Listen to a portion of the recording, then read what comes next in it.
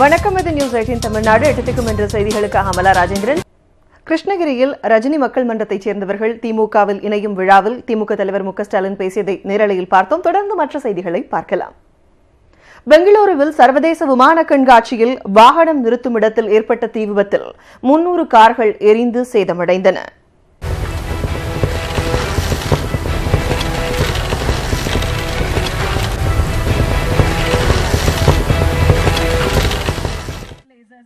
கர்நாடக மாநிலம் பெங்களூருவில் aero India 2019 என்ற பெயரில் சர்வதேச விமான கண்காட்சி நடைபெற்று வருகிறது. பாதுகாப்புத்துறை மற்றும் HAL நிறுவனத்தின் சார்பில் நடைபெற்று வரும் இந்த கண்காட்சி கடந்த புதன்கிழமை தொடங்கியது. விமான கண்காட்சியின் 5வது கேட் பகுதியில் உள்ள வாகன காப்பகத்தில் திடீர் தீ விபத்து ஏற்பட்டது. காற்றின் வேகம் காரணமாக தீ மளமளவென அருகில் இருந்த வாகனங்களுக்கும் பரவி பெரும் புகைமூட்டம் ஏற்பட்டது. இதனால் பார்வையாளர்களிடையே பதற்றம் ஏற்பட்டது. இந்த விபத்தில் சுமார் 300 கார்கள் எரிந்து சேதமடைந்தன. அங்கு விரைந்து சென்ற தீயணைப்புத் துறையினர் போராடி தீயை அணைத்தனர்.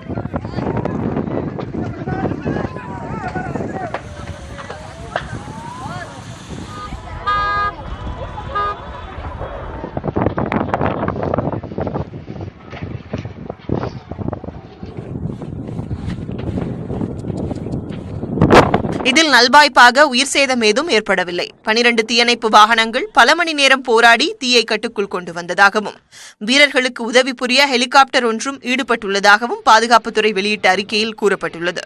காய்ந்த புற்கள் மற்றும் பலத்த காற்று தீ வேகமாக பரவ காரணமாக இருந்திருக்கலாம் என தெரிவித்துள்ள பாதுகாப்புத்துறை, சிகரெட்டால் தீ ஏற்பட்டிருக்க வாய்ப்புள்ளது என்றும் கூறியுள்ளது. விபத்து குறித்து முழுமையான விசாரணை நடத்தப்பட வேண்டும் என்றும் உத்தரவிடப்பட்டுள்ளது. தீ காரணமாக விமான கண்காட்சியின் நிகழ்ச்சிகள் சிறிது நேரம் தடைப்பட்டன.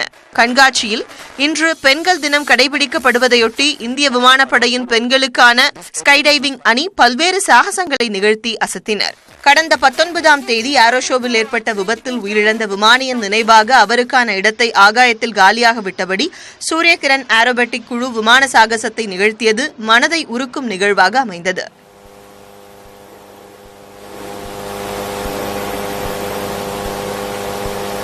இந்தியாவில் தயாரிக்கப்பட்ட இலகு ரக தேஜஸ் விமானத்தில் பேட்மிண்டன் வீராங்கனை PV சிந்து பறந்தார். துணை விமானிக்கான பச்சை நிற உடை அணிந்து வந்த இவர் உற்சாகமாக போர் விமானத்தில் பயணித்தார். இதன் மூலம் குறைந்த வயதில் தேஜஸ் போர் விமானத்தில் பயணித்தவர் என்ற பெருமையை 23 வயதுக்கு சொந்தக்காரரான சிந்து பெற்றுள்ளார்.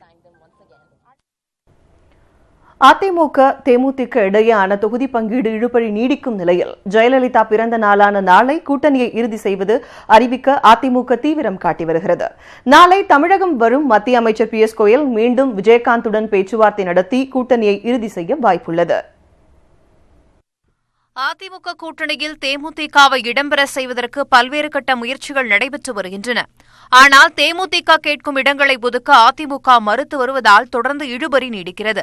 ஜெயலலிதா பிறந்தநாள் நாளான நாளைக்குள் கூட்டணி முடிவு செய்து எந்தெந்த பகுதிகளை தோழமை கட்சிகளுக்கு ஒதுக்குவது என்பது குறித்து அதிமுக ஆலோசனை நடத்தி வருகிறது. இதைத் தொடர்ந்து கூட்டணி கட்சிகளின் தொகுதிகள் விவரங்கள் நாளை அதிமுக வெளியிடும் என எதிர்பார்க்கப்படுகிறது. இதற்கு முன்பே கூட்டணிக்கு வருமாறு தேமுதிகவுக்கு அதிமுக கெடு விதித்துள்ளது. இந்த சூழலில் ரயில்வே நிகழ்ச்சிகள் மற்றும் மத்திய அரசின் விவசாயிகளுக்கு 6000 ரூபாய் வழங்கும் திட்டத்தை தொடங்கி வைக்க நாளை சென்னை வரும் மத்திய அமைச்சரும் தமிழக பாஜக தேர்தல் பொறுப்பாளருமான பியூஷ் கோயல் தேமுதிக நிறுவனர் விஜயகாந்தை மீண்டும் சந்தித்து தொகுதி பங்கீட்டை இறுதி செய்வார் என எதிர்பார்க்கப்படுகிறது. தேமுதிகவுடனான கூட்டணி பேச்சுவார்த்தையில் இழுபறி இல்லை என தெரிவித்துள்ள அமைச்சர் ஜெயக்குமார், தங்கள் கூட்டணிக்கு யார் தலைமை, கூட்டணியின் பெயர் என்ன என்பதை அதிமுக தலைமைதான் அறிவிக்கும் என கூறியுள்ளார். எந்த இழுபறியும் கிடையாது. முடிய வேண்டிய நேரத்தில் முடியும். உங்களுக்கும் அதிகாரப்பூர்வ தகவல் வரும். அதனால் லெட்ஸ் ஹோப் பாசிட்டிவ். எல்லாம் நல்லது நடக்கும். அதிமுக கூட்டணியில் தேமுதிக இணையும் என்று போக்குவரத்து துறை அமைச்சர் MR விஜயபாஸ்கர் நம்பிக்கை தெரிவித்துள்ளார்.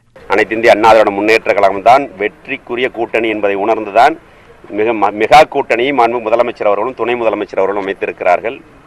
நிச்சயமாக இன்னும் கட்சிகள் எல்லாம் வர இருக்கின்றன. இந்த தேர்தல் நெருங்கும் பொழுது அது முடிவுகள் வரும். அதிமுக பாஜக கூட்டணிக்கு தேமுதிக நிச்சயம் வரும் என பாஜக தமிழக தலைவர் தமிழிசை நம்பிக்கை தெரிவித்துள்ளார். இன்றைய காலகட்டத்தில் தேமுதிகவை சார்ந்த சகோதரர் விஜயகாந்தாக இருக்கட்டும், அவங்க கட்சி நிர்வாகிகளாக இருக்கட்டும், தேச நலனில் அக்கறை கொண்டவர்கள். அவர்கள் எங்களோடு வருவார்கள் என்று எங்களுக்கு நம்பிக்கை இருக்கு. இதற்கிடையே 40 தொகுதிகளிலும் தேமுதிக சார்பில் போட்டியிட விரும்புவோர் நாளை முதல் விருப்ப மனுக்களை தாக்கல் செய்யலாம் என ஏற்கனவே அந்த கட்சி அறிவித்துள்ளது. இதனால் தேமுதிக கூட்டணி அமைத்து போட்டியிடுமா அல்லது தனியாக தேர்தலை சந்திக்குமா என்ற கேள்வி அந்த கட்சியின் தொண்டர்கள் மத்தியில் எழுந்துள்ளது. தமிழகத்தின் பிரதான கட்சிகள் மக்களவைத் தேர்தலை எதிர்கொள்ள முனைப்பு காட்டி வரும் நிலையில் எந்தெந்த கட்சிகள் கூட்டணி பேச்சுவார்த்தை நடத்தியுள்ளன, யாருடன் ஒப்பந்தம் செய்து கொண்டுள்ளனர் என்ற விவரங்களை எமது செய்தியாளர் தேவப்பிரியன் வழங்க கேட்கலாம். 2019 மக்களவைத் தேர்தலுக்கான அறிவிப்பை இன்னும் தேர்தல் ஆணையம் வெளியிடல அப்படின்னாலும் தேசிய கட்சிகளும் தமிழகத்தில் இருக்கக்கூடிய அரசியல் கட்சிகளும் தங்களோட கூட்டணியை இறுதி செய்வதற்கான பணிகளில் ரொம்ப மும்முரமாவே ஈடுபட்டிருக்காங்க. இதுவரைக்கும் யாரோட கூட்டணி அமைச்சிருக்காங்க, ஒப்பந்தத்தில் யாரெல்லாம் கையெழுத்து போட்டிருக்காங்க அப்படின்றத பார்க்கலாம். முதல்ல திமுக கூட்டணி யார் கூட ஒப்பந்தம் போட்டிருக்காங்க அப்படின்றத பார்க்கலாம். திமுகவை பொறுத்த வரைக்கும் 40 தொகுதிகளும் தங்களோட கூட்டணி கட்சியோட போட்டியிட இருக்காங்க. அதுல 2 கட்சிகளோட ஏற்கனவே ஒப்பந்தம் கையெழுத்தாகி இருக்கு. ஒன்னு காங்கிரஸ் கட்சி, இன்னொன்னு இந்தியன் யூனியன் முஸ்லீம் லீக் கட்சி. காங்கிரஸ் கட்சியை பொறுத்த வரைக்கும் புதுச்சேரியும் சேர்த்து மொத்தம் 10 தொகுதிகள் அப்படின்னு ஒதுக்கப்பட்டிருக்கு. ஒப்பந்தம் கையெழுத்தாகிருக்கு. 9 தொகுதிகளில் காங்கிரஸ் கட்சி போட்டியிட இருக்காங்க. அதுக்கு அடுத்து இந்தியன் யூனியன் முஸ்லீம் லீக் கட்சிக்கு ஒரு தொகுதி அப்படின்றது ஒதுக்கப்பட இருக்கு. திமுகவை பொறுத்த வரைக்கும் 22 25 கட்சி வரைக்கும் போட்டியிட தயாரா இருக்காங்க.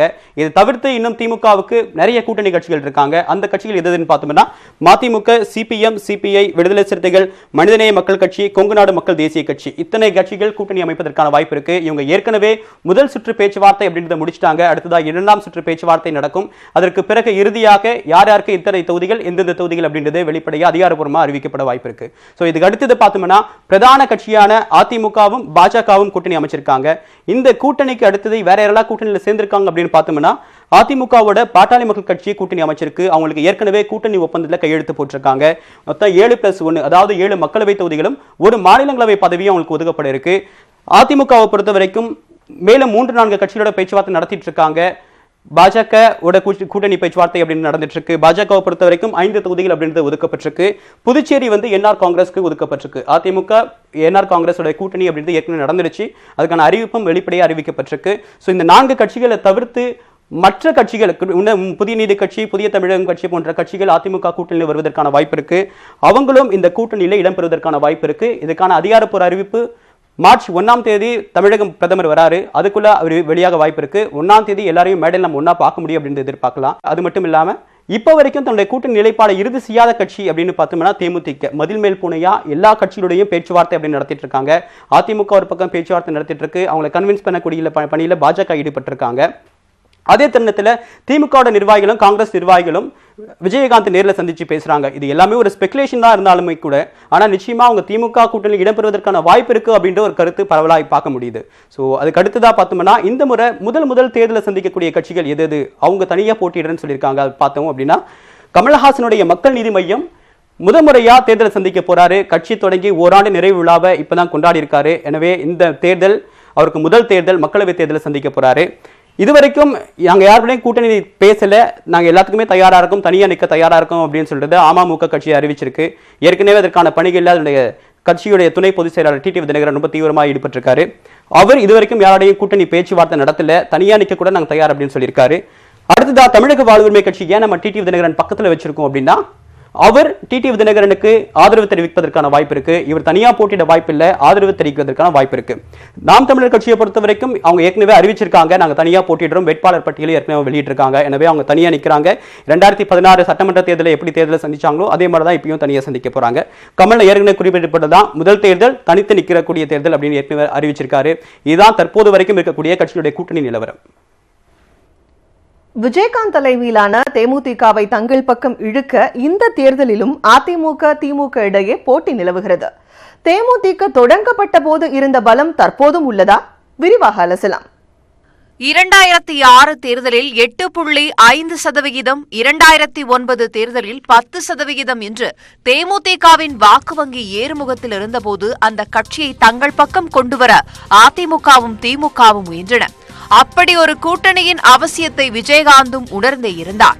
அப்போது பண்ருட்டி ராமச்சந்திரன், ராமசாமி முயற்சியால் அதிமுக தேமுதிக கூட்டணி அமைந்தது. தேமுதிகவிற்கு 41 தொகுதிகளை ஒதுக்கினார் ஜெயலலிதா. அந்த தேர்தலின் முடிவில் 29 இடங்களில் தேமுதிக வெற்றி பெற எதிர்க்கட்சித் தலைவரானார் விஜயகாந்த். பிறகு அதிமுக தேமுதிக கூட்டணி முறிந்து போனது. 2014 மக்களவைத் தேர்தலில் தேமுதிகவை தங்கள் பக்கம் கொண்டுவர முயற்சித்தது திமுக. பல்வேறு கட்ட ரகசிய பேச்சுவார்த்தைகள் நடந்தன. ஆனால் விஜயகாந்த் எதற்கும் பிடிகொடுக்கவில்லை.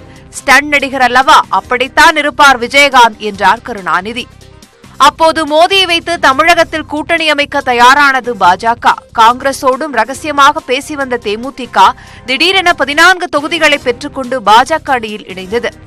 14 தொகுதிகள் தேமுதிகவுக்கு ஒதுக்கப்பட்ட போது அந்த அணியில் பாமகவுக்கு 8 தொகுதிகளும் மதிமுகவிற்கு 7 தொகுதிகளும் ஒதுக்கப்பட்டன. ஆனால் தேர்தலின் முடிவில் பாஜகவும் பாமகவும் தலா ஒரு தொகுதியில் வெற்றி பெற தேமுதிகவுக்கு 0 மிஞ்சியது. வாக்கு சதவிகிதமும் 10லிருந்து 5.5க்கு சுருங்கியது. வெற்றி பெற்ற பாஜகவும் பாமகவும் கன்னியாகுமரியிலும் தர்மபுரியிலும் காத்திரமான செல்வாக்கை பெற்றவை.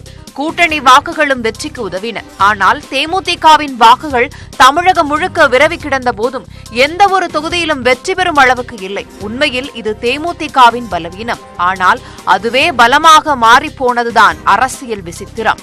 2014 மக்களவைத் தேர்தலில் படுதோல்வியை சந்தித்த திமுகவிற்கு 2016 சட்டமன்ற தேர்தலை எதிர்கொள்ள வலுவான கூட்டணி தேவைப்பட்டது. அப்போது திமுகவின் முதல் இலக்கு தேமுதிக 5.5% வாக்கு வங்கிதான். அதை காட்டியே வேறு பல கட்சிகளையும் கூட்டணிக்குள் கொண்டுவர முடியும் என்று கணித்தது திமுக. ஆகவே பகிரங்க அழைப்பும் விடுத்தது. அதை அலட்சியம் செய்யாமல் அதிமுகவையும் திமுகவையும் சமதட்டில் வைத்து கடுமையாக விமர்சித்தது தேமுதிக. பாஜக, மக்கள் நல கூட்டணி, திமுக என மும்முனைகளிலிருந்தும் அழைப்புகள் வந்து கொண்டிருந்த நிலையில் காஞ்சிபுரத்தில் மாநாடு நடத்தினார் விஜயகாந்த். அதில் கிங்கா கிங் மேக்கரா என்ற கேள்வியை எழுப்பி தான் கிங்காக இருப்பதையே தொண்டர்கள் விரும்புவதாக சொன்னார். மக்கள் நல கூட்டணியின் முதல்வர் வேட்பாளராக விஜயகாந்த் அறிவிக்கப்பட்டார். தேமுதிகவிற்கு 104 தொகுதிகள் ஒதுக்கப்பட்டன. அந்த அணியின் பிரதான முழக்கமான கூட்டணி ஆட்சிக்கும் சம்மதம் தெரிவித்த விஜயகாந்த் வேட்பாளர்களை ஆதரித்து சூறாவளி பிரச்சார பயணம் மேற்கொண்டார். ஆனால் தேர்தலின் முடிவில் தேமுதிகவிற்கு படுதோல்வியே மிஞ்சியது. விஜயகாந்தே தோற்றுப்போனார். கட்சியின் வாக்கு சதவிகிதம் 2.5க்குள் சுருங்கியது. 2019 மக்களவைத் தேர்தல் நெருங்கியிருக்கும் இந்த நேரத்திலும் மீண்டும் முக்கியத்துவம் பெற்றிருக்கிறார் விஜயகாந்த். ஜெயலலிதா இல்லாத அதிமுகவும் மு.க. ஸ்டாலினுக்கு வெற்றி பெற்று தலைமையை நிரூபித்தாக வேண்டிய கட்டாயமும் இதற்கான காரணிகள். அதிமுகவுக்கும் திமுகவிற்கும் பாமக, தேமுதிக போன்ற வாக்கு வங்கி ரீதியான வலுவான கட்சிகள் தேவை. அந்த அடிப்படையில்தான் பாமகவுடன் கூட்டணி அமைத்து 7 மக்களவை தொகுதிகளும் 1 மாநிலங்களவை இடமும் கொடுத்திருக்கிறது அதிமுக. தற்போது பாஜகவின் வழியாக தேமுதிகவை தன் பக்கம் இழுக்கும் முயற்சி செய்து வருகிறது அதிமுக. அதன் காரணமாகவே வெளிநாட்டில் மருத்துவ சிகிச்சை முடிந்து தமிழகம் திரும்பிய விஜயகாந்தை நலம் விசாரிக்க வந்தார் மத்திய அமைச்சர் பியூஷ் கோயல். பாமகவுக்கு இணையான கட்சி என்ற அடிப்படையில் அந்த கட்சிக்கு ஒதுக்கப்பட்டது போலவே தங்களுக்கும் தொகுதி ஒதுக்கீடு நடக்க வேண்டும் என்ற நிலைப்பாட்டை தேமுதிக எடுத்துள்ளது. இந்த இடத்தில் முக்கியமான கேள்வி எழுகிறது. தேமுதிகவின் இன்றைய பலம் என்ன? அடிப்படையில் தேமுதிகவின் பலங்கள் என்று 2ஐ சொல்லலாம். ஒன்று அதன் வாக்கு வங்கி, மற்றொன்று பிரச்சார பலம். கடைசியாக நடந்த தேர்தல் முடிவுகளின்படி தேமுதிகவின் வாக்கு வங்கி 3% சுருங்கிவிட்டது. ஆனாலும் அந்த வாக்கு வங்கி தமிழகம் முழுக்க விரவி கிடக்கிறது. ஆகவே சொற்ப எண்ணிக்கையில் வெற்றி வாய்ப்பை தவறவிடும் பெரிய கட்சிகளுக்கு இந்த வாக்கு வங்கி பெருந்துணையாக அமையும்.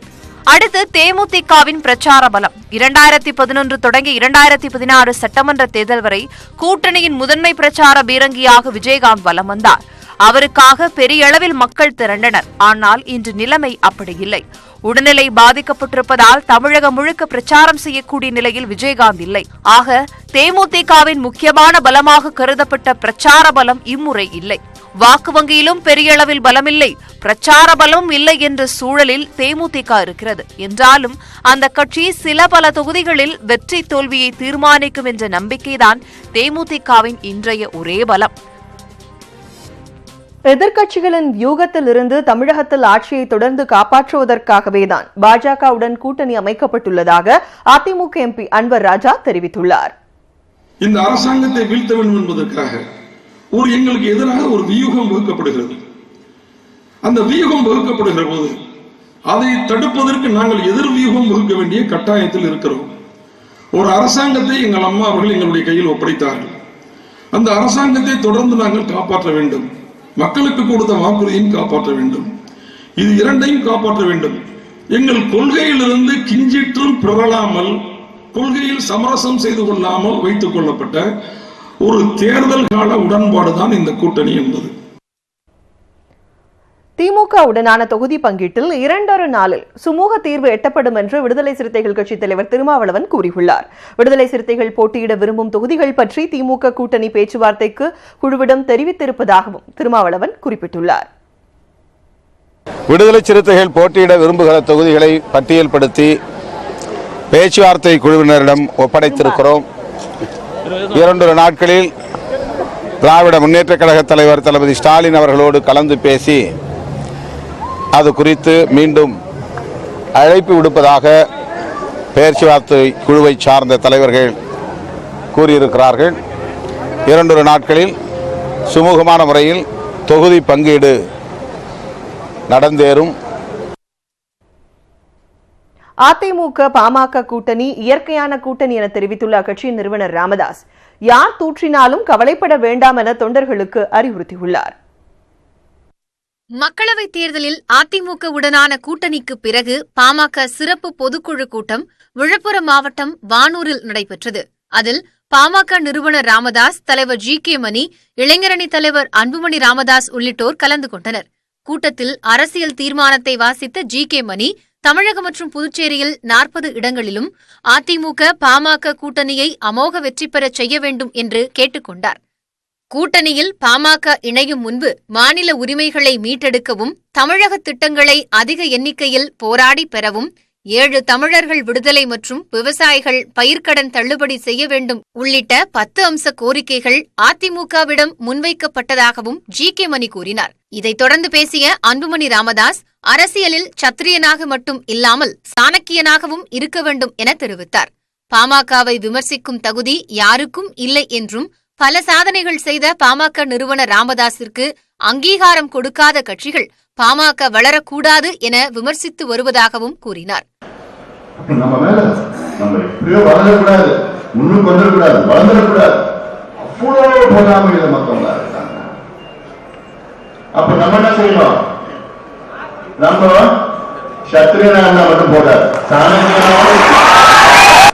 இந்த கூட்டணியால பாட்டாளி மக்கள் கட்சியினுடைய கொள்கையில் எல்லோரும் நாம் பின்வாங்க போவதாக. தொடர்ந்து கூட்டத்தில் பேசிய ராமதாஸ், அதிமுக பாமக கூட்டணி இயற்கையான கூட்டணி என தெரிவித்தார்.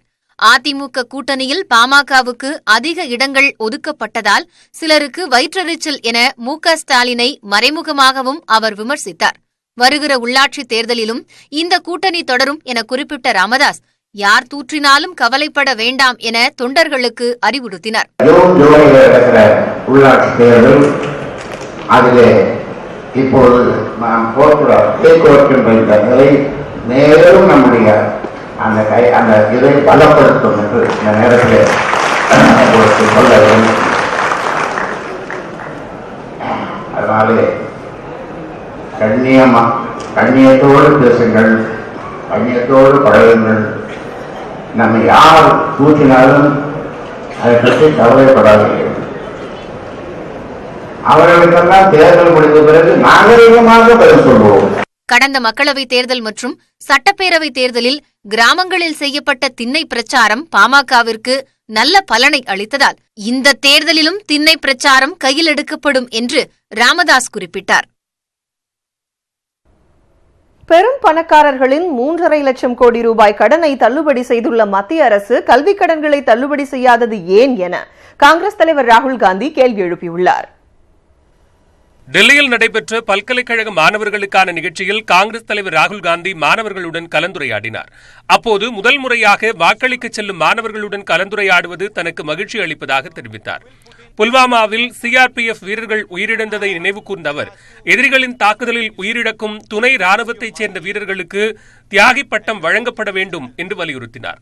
பெரும் பணக்காரர்களின் 3.5 லட்சம் கோடி ரூபாய் கடனை தள்ளுபடி செய்த மத்திய அரசு கல்விக் கடன்களை தள்ளுபடி செய்யவில்லை என்றும் குற்றம் சாட்டினார்.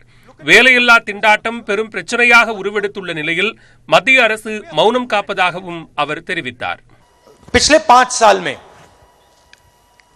the government has forgiven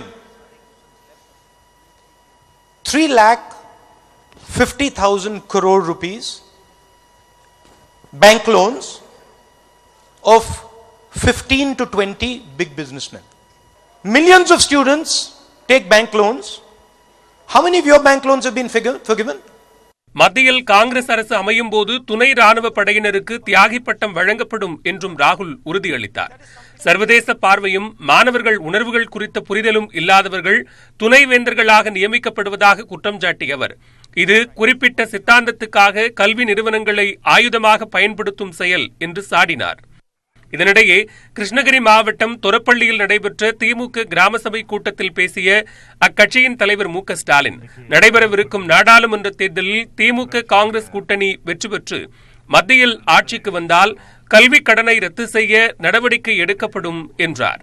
திமுகவுடைய கூட்டணி ஆட்சி மத்தியில் அமைகிற போது நிச்சயமாக மாணவர்களுக்கான கல்வி கடன் முழுமையாக ரத்து செய்யப்படும் என்ற அந்த உறுதியை நான் தெரிவித்துக் கொள்ள விரும்புகிறேன்.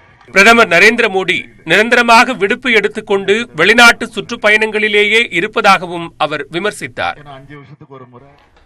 திமுக சார்பில் நாடாளுமன்ற தேர்தலில் போட்டியிடுவோருக்கான விருப்ப மனு வரும் 25ஆம் தேதி முதல் வழங்கப்படும் என அறிவிக்கப்பட்டுள்ளது. இதுகுறித்து அந்த கட்சியின் பொதுச் செயலாளர் க அன்பழகன் வெளியிட்டுள்ள அறிக்கையில், நாடாளுமன்ற பொதுத் தேர்தலில் திமுக சார்பில் போட்டியிட விரும்புவோருக்கான விண்ணப்ப படிவம் வரும் 25ஆம் தேதி முதல் அண்ணா அறிவாலயத்தில் வழங்கப்படும் எனவும், பின்னர் முறையாக பூர்த்தி செய்யப்பட்ட விண்ணப்பத்தை வரும் மார்ச் 1 முதல் 7ஆம் தேதி மாலை 6 மணிக்குள் சமர்ப்பிக்க வேண்டும் என்றும் அறிவுறுத்தியுள்ளார். வேட்பாளரின் விண்ணப்ப கட்டணமாக 25,000 ரூபாய் நிர்ணயிக்கப்பட்டுள்ளதாகவும், இதற்கான விண்ணப்ப படிவத்தை 1000 ரூபாய் செலுத்தி பெற்றுக் கொள்ளலாம் எனவும் தெரிவித்துள்ளார். இதேபோன்று தமிழகத்தில் காலியாக உள்ள 21 சட்டப்பேரவை தொகுதி இடைத்தேர்தலுக்கான விருப்ப மனு அளிக்கவும், பூர்த்தி செய்யப்பட்ட விண்ணப்பத்தை மார்ச் 1 முதல் 7 வரை சமர்ப்பிக்கவும் அறிவிக்கப்பட்டுள்ளது. அத்துடன் நாடாளுமன்ற தேர்தல் விண்ணப்ப கட்டணம் போன்று சட்டப்பேரவை இடைத்தேர்தலுக்கும் ரூபாய் 25,000 நிர்ணயிக்கப்பட்டுள்ளது. குறிப்பாக 2 தேர்தல்களிலும் விண்ணப்பம் செய்தவரின் தொகுதி தோழமை கட்சிக்கு ஒதுக்கப்பட்டால் விண்ணப்ப கட்டணமான 25,000 ரூபாய் திருப்பி வழங்கப்படும் எனவும் க அன்பழகன் குறிப்பிட்டுள்ளார்.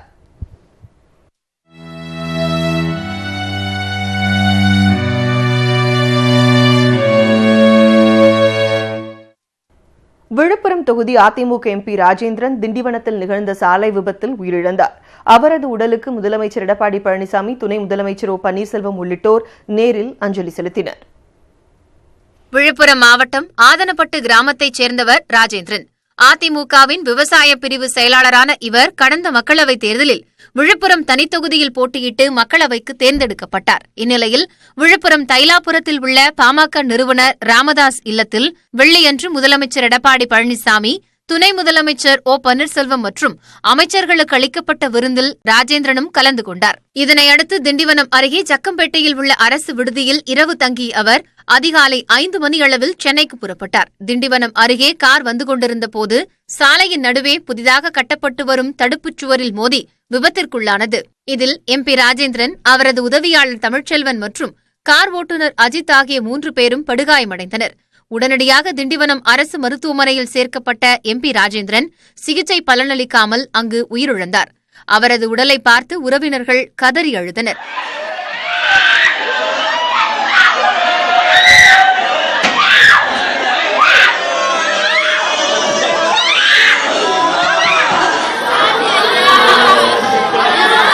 சாலையின் நடுவே தடுப்புச்சுவர் பணிகள் நடைபெறுவதற்கான எந்தவித அறிவிப்பு பலகையும் வைக்காததே விபத்துக்கான காரணம் என கூறப்படுகிறது. இதனிடையே திண்டிவனம் அரசு மருத்துவமனைக்கு வந்த முதலமைச்சர் எடப்பாடி பழனிசாமி, துணை முதலமைச்சர் ஓ பன்னீர்செல்வம், அதிமுக துணை ஒருங்கிணைப்பாளர் KP முனுசாமி ஆகியோர் ராஜேந்திரன் உடலுக்கு மலர் வளையம் வைத்து அஞ்சலி செலுத்தினர். ராஜேந்திரனின் மறைவு செய்தி கேட்டு தான் மிகவும் அதிர்ச்சியடைந்ததாக தெரிவித்த மு க ஸ்டாலின், திமுக சார்பில் அவரது குடும்பத்தினருக்கு ஆழ்ந்த இரங்கலையும் தெரிவித்துக் கொண்டார். ராஜேந்திரனின் திடீர் மறைவிற்கு பாட்டாளி மக்கள் கட்சி நிறுவனர் ராமதாசும் இரங்கல் தெரிவித்துள்ளார். இதையடுத்து ராஜேந்திரனின் உடல் அவரது சொந்த ஊரான ஆதனப்பட்டுக்கு கொண்டு செல்லப்பட்டது. அங்கு அவரது வீட்டில் வைக்கப்பட்டுள்ள உடலுக்கு அதிமுக பிரமுகர்கள் மற்றும் உறவினர்கள் அஞ்சலி செலுத்தி வருகின்றனர். 62 வயதான ராஜேந்திரனுக்கு சாந்தா என்ற மனைவியும், திவ்யா, தீபிகா என்ற 2 மகள்கள் மற்றும் விக்னேஷ் என்ற ஒரு மகனும் உள்ளனர். அவரது இறுதிச் சடங்கு ஞாயிறு மதியம் 3 மணிக்கு நடைபெறுகிறது. இதனிடையே ராஜேந்திரன் மறைவுக்கு பிரதமர் மோடி இரங்கல் தெரிவித்துள்ளார். இது தொடர்பாக அவர் வெளியிட்டுள்ள டுவிட்டர் பதிவில், ராஜேந்திரனை இழந்து வாடும் அவரது குடும்பத்தினருக்கும் கட்சியினருக்கும் தமது இரங்கலை தெரிவித்துக் கொள்வதாக கூறியுள்ளார். திருச்சி பொன்மலையில் புதிய பேருந்து நிறுத்தம் கட்டுவது தொடர்பாக அதிமுக திமுகவினரிடையே ஏற்பட்ட வாக்குவாதம் அடிதடியில் முடிந்துள்ளது. இந்த சம்பவத்தில் அதிமுக எம்பி குமார் திமுக நிர்வாகிகளால் கடுமையாக தாக்கப்பட்டார். திருச்சி மாவட்டம் பொன்மலையில் ரயில்வே துறைக்கு சொந்தமான இடத்தில் எம்பி குமார் தனது தொகுதி நிதியிலிருந்து 7 லட்சம் ஒதுக்கி புதிய பேருந்து நிறுத்தம் கட்ட அனுமதி பெற்றிருந்தார். இதற்கான கட்டுமான பணிகள் இன்று தொடங்கிய நிலையில் பேருந்து நிறுத்தம் கட்டும் இடத்திற்கு அருகே விறகு கடையும் அலுவலகமும் வைத்திருக்கும் திமுக பகுதிச் செயலாளர் தர்மராஜன் கடும் எதிர்ப்பு தெரிவித்துள்ளார். இதைத் தொடர்ந்து தர்மராஜன் தலைமையிலான திமுகவினர் ஒப்பந்ததாரர்களிடம் சென்று வாக்குவாதத்தில் ஈடுபட்டனர். இதுகுறித்து தகவலறிந்து சம்பவ இடத்திற்கு சென்ற அதிமுக எம்பி குமாரிடமும் திமுகவினர் வாக்குவாதம் செய்தனர். ஒரு கட்டத்தில் வாக்குவாதம் முற்றிய நிலையில் திமுக நிர்வாகி தர்மராஜனை அதிமுக எம்பி குமார் கன்னத்தில் அறைந்ததாக கூறப்படுகிறது. இதனால் அதிமுக திமுகவினரிடையே வாக்குவாதம் ஏற்பட்டு அடிதடியாக மாறியது. அப்போது ஒருவரை ஒருவர் கடுமையாக தாக்கிக் கொண்டதுடன் கல்வீச்சிலும் ஈடுபட்டனர். மேலும் திமுக வட்ட அலுவலகம் அதிமுகவினரால் சூறையாடப்பட்டது.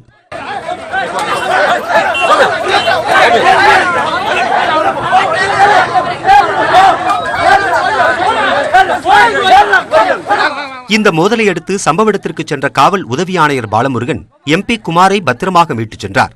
அப்போது பின்னே வந்த திமுக தொண்டர் ஒருவர் அவரை பின்னால் இருந்து தாக்கினார்.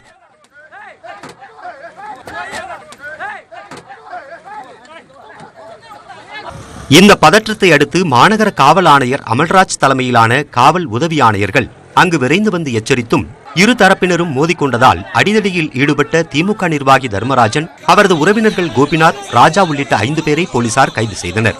புதிய பேருந்து நிறுத்தம் கட்டுவது தொடர்பாக அதிமுக திமுகவினரிடையே ஏற்பட்ட மோதலால் பொன்மலையில் தொடர்ந்து பதற்றம் நிலவுகிறது.